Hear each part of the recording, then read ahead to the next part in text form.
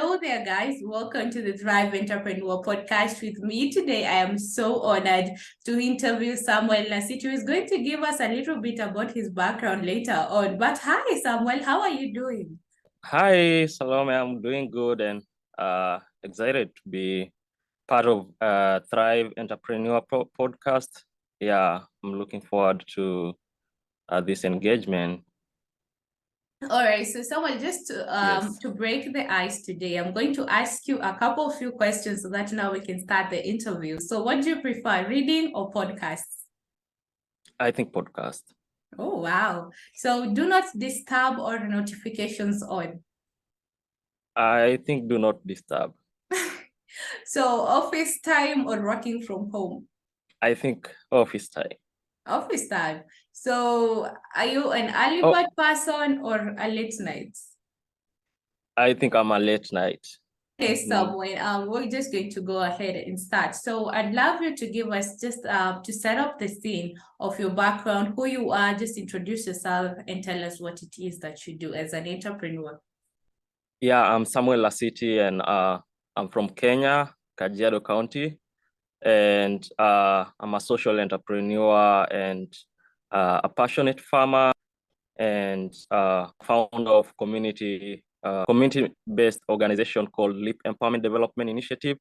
It's a community-based organization that we co-founded with a postmate at Kenyatta University, extension for my undergrad, and I started my entrepreneurship journey right after graduating in 2019. What is it that you do? Because I read an article about you. You're the co-founder of Lady. I'm not sure if that is the spelling of it. And also you're also the co-founder of Wakulima Nisisi. Maybe you can tell us a little bit about the two initiatives. Yeah, so when I was in my fourth year of studied at Kenyatta University, we started this community-based organization with my classmates, and we thought of an idea of supporting communities and doing community empowerment projects, and that's when we registered the community-based organization in 2018. And so in early 2019, I was doing my internship. I was wondering what next after completing my school. What am I going to do? I'm now transiting from full-time studies to the job market, which the challenge of unemployment. And so as I was wondering what I'm going to do next, there was this application at my university that they were calling for ideas. And when I saw that call for ideas, I was fast to apply because they were calling for ideas to promote food security. And I had an idea of bio-intensive agriculture, and I was quick to apply, and I knew I'm gonna give a try. And through that application, I had a team member and we applied, and we pitched our idea, and luckily we were part of 8 members that were selected to participate in a pilot project, 8-month pilot project. And so we won some funding to do that, and I went with that idea and implemented it for my community for the whole of 2019 and early 2020 before COVID. And so that is when, through now the funding that we received with my team member, is when I started Wakulima Nisisi initiative that was supported by enhancing outreach youth champions. And so part of Wakulima Nisisi, it started that way, and we went and started with 30 farmers, training them on bio-intensive, which utilizes less land. It has it entails organic agriculture that utilizes simple practices on the soil and ensures there's less utilization of resources such as land, water, as well as increased production of vegetables. And with that, you realize the people earning some income from it, and they become food secure. Yeah. Samuel, you've mentioned that you had an idea, so that is what you implemented, and you were able to win an amount of cash. So maybe you can expound more on what the idea really was. Yeah, so I had mentioned that the idea was bio-intensive agriculture. It entails organic agriculture. And coming from a pastoralist community, we are faced with adverse effects of climate change, severe droughts, and it's purely like a pastoralist community. And by pastoralist, I mean people that primarily depends on keeping livestock as their only source of livelihood. Mm-hmm. And so when I really wanted to take that idea back home and help people that are interested in farming to support them with ideas that can enhance their food production. And biointensive was a very good idea to support the community and train people on. So you seemed to have identified a problem in that, let me just say, industry or that niche. And then rather than looking at the industry itself and creating solutions, how are you able to identify that this is a problem, an actual problem that I could maybe come up with an idea and solve? And how are we, as maybe the audience that we're listening to, because there are a lot of problems that are surrounding us, but for us, it could just be like, oh, somebody else has already invented something of that sort, or somebody else maybe will say that this idea is just, maybe let me say, lame. How are you able to see that that was an actual problem and find solutions towards it? I think I'm part of the people that have been affected by people not earning enough money, pastoralist. And so that was really something that was touching me, and the need to have like an alternative source of livelihood for my community. And also part of the project that we were working in is to bring on board youth and youth to see farming as an opportunity for employment and creating jobs.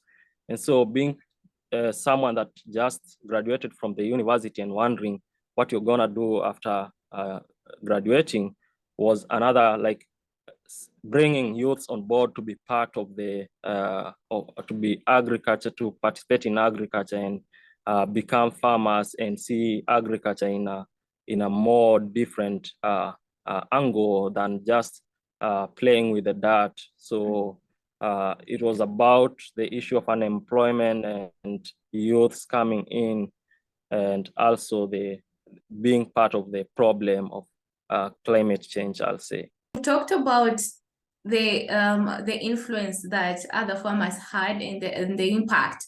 I mean, you're having an actual impact on people and solving problems in ways nobody else did. So how does that make you feel as someone coming up with a new project and farmers actually saying, yes, this is good and we accept it? So how does that make you feel? It kept me going and motivated to like that the solution or working with the community worked well and that people embraced the idea. Yes, there were challenges in the process because these are pastoralist community. They don't know really like the actual skill of farming. And I don't have like a background in agriculture. And so I also had my farm in the community. So the community will see that as an example, and they will come and we'll have the farmers field schools there, and they will see how I'm doing it. And part of it was also to influence youths, and they will see the thing I'm doing. When they visit, they see like the kind of agriculture farming I was doing, and they love it and spread it and go and implement it at their farms. So it was really a moment of learning the lessons, doing it by practice, and being part of a community, which I'm really proud of. Okay, let's talk about the lessons and also some of the challenges that you faced along the way. Yeah, so some of the lessons was, of course, being part of the community and working with people. It was getting to understand the different diversity and understanding how a community development work, working with the different challenges, calling for a meeting, people at times come late or slow taking of the idea, and also being part of the community, the culture. culture was an issue because this is not really a farming community. And so it was an issue to try to convince them like we can farm and produce our own food. And despite the fact that they had the resources such as land and some had water to farm, but they didn't do it. So it was an aspect of bringing in like a very different thing in the community. But the good thing is there was some influence, like people that were doing that, and we started with those, and then they influenced others to come on board. And the other challenge was COVID. When COVID came in, things were slow, people were slow, and it really affected it. But we also realized, saw it as an opportunity because most people were staying at home.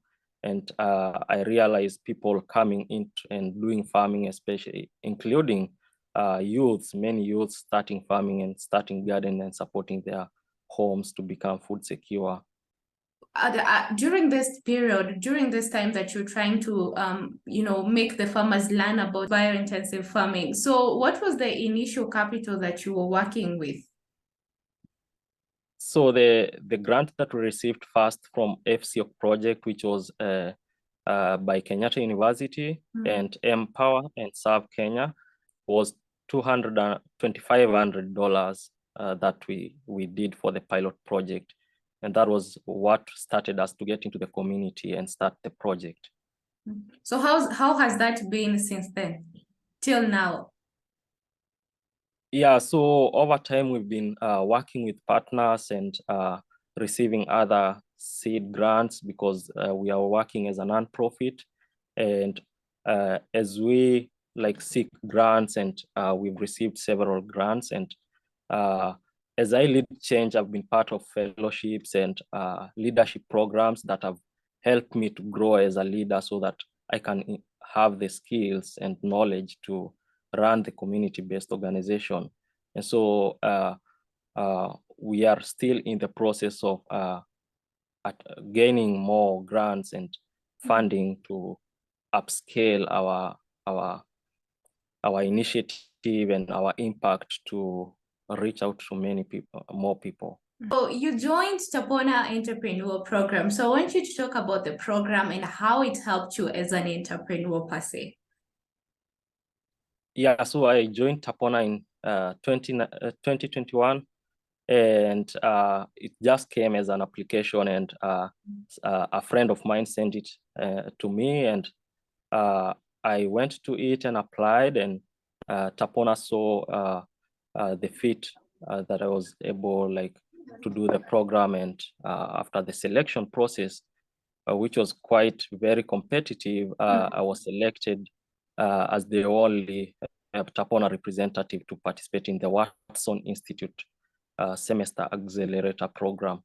And Tapona selected me for the Watson Institute, and they funded part of my studies.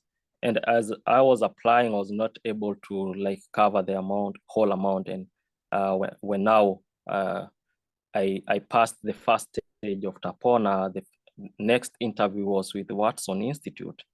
And when I applied with Watson Institute, they accepted me, and I was part of a cohort of 20 people that participated in the program, drawn from different parts of the world. And so in Kenya, we were 2 members represented, and it was like a very golden opportunity. Would you recommend any entrepreneur to join Tapona Entrepreneur Program?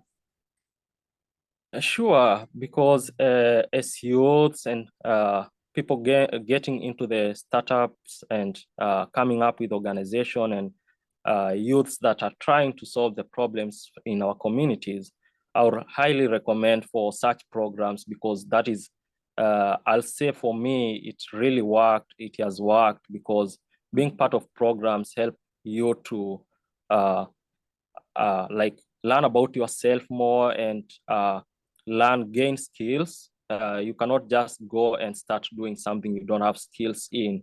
You have to have the right skills on management, organizing, and you have to have a network. And through such platforms, you get to meet people people and be part of a network that can support your work and that can mentor you, people that can sharpen you to become a leader, I'll say. So I'll highly recommend Portapona. So for the people who are listening to us, you have no idea that I'm talking to Samuel and he's not in the country right now. So that is a big deal. Samuel, you have traveled around the world. As I was saying, he is not in the country right now, teaching people on bio-intensive farming. How do you feel when others emulate what you've done, especially not just in our country, but outside country as well? Yeah, I've always loved the aspect of cross-cultural experiences and meeting new people and being intentional. Like I'll say my reason for as to why I'm here in the States is my urge to learn more on agriculture. I was seeking to learn more on regenerative agriculture. And so this program that I'm in now is by Mennonite Central Committee, and it's a 1-year exchange program. And they do placements, placing youths like me into their areas of interest, and you'll come here and have that sharing of your expertise, and you will learn from the exposure of other systems here. And so that is when how I ended up being here, and where I'm working in, we are doing regenerative carbon farming practices. And I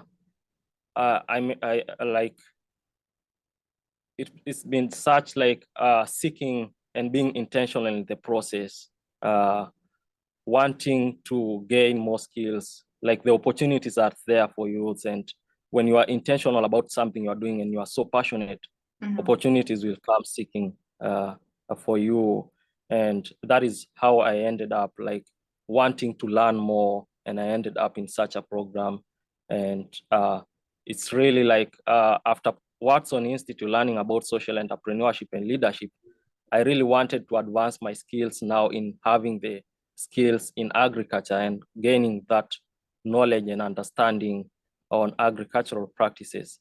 And that's with now the program I'm in, I'm learning those, and I'm very sure that I have so many new things to come back and help in help our country in terms of reducing the effect of climate change that we are experiencing as a country, because most of Kenya's land is arid and semi-arid land, and those meaning part of the big part of Kenya is really suffering from the effects of climate change, adverse drought, flooding, and things like that. What do you see yourself in the next 5 years? Yeah, so I see myself as like a more robust leader as a youth going into the space and being part of the solutions to the most pressing needs in our country. And so I see myself as in the next 5 years, we'll advance our initiative, and it will not only be working with my community, but taking this, scaling the impacts to many parts in Kenya and supporting our country. All right, so where can people reach out to you if at all anyone wants to learn more about bio-intensive farming? Yeah, so I will not say only it's about like bio-intensive farming. Yeah. There's so much now to learn, regenerative farming, carbon farming, and all those practices because of my exposure now. And if you want to reach me, you can reach out to, we have a Facebook page, Lady Kenya, and Lady Kenya is a community-based organization. You can find us on Twitter, and you can also reach out to me. I don't know whether they'll get my number or, okay. But I'm sure we have a website, ladykenya.org, and when you go there, you can get the contacts and even learn from our social media posts about the kind of stuff we are doing. So in the period that you've been able to travel around the world and you've been able to meet various people doing the same thing that you're doing in the already advanced as well, where do you feel we are as a country in terms of farming, in terms of embracing new ideas? Yeah, so I'll say we have a challenge in our agriculture system. First, it's because of the average Kenyan farmer is 60, and that's a threat because we need more youths to be involved in farming and practice agriculture that is good to our soils, good to our environment. And so there's really a need for initiatives like us to come on board and help farmers to realize that we really need to do our farming and agriculture in a way that is sustainable, in a way that not only using chemicals that you don't understand to farm or practices that you don't understand to farm. There's need for knowledge on sustainable agricultural practices for people to understand and to gain that knowledge so that they can do farming in a more sustainable way, not just sustainability for production and business, but also sustainability in terms of environment and seeing the future of the soil. So Samuel, are you in support of GMO? Because that is a heated debate back here at home. Yeah, I've been following about that, and sure it is a heated debate, and it's a concern to me. And the thing is, I cannot take side whether GMO is right or not, but I will say let people have information and knowledge on whether this is right or not, whether these are the right seeds or not.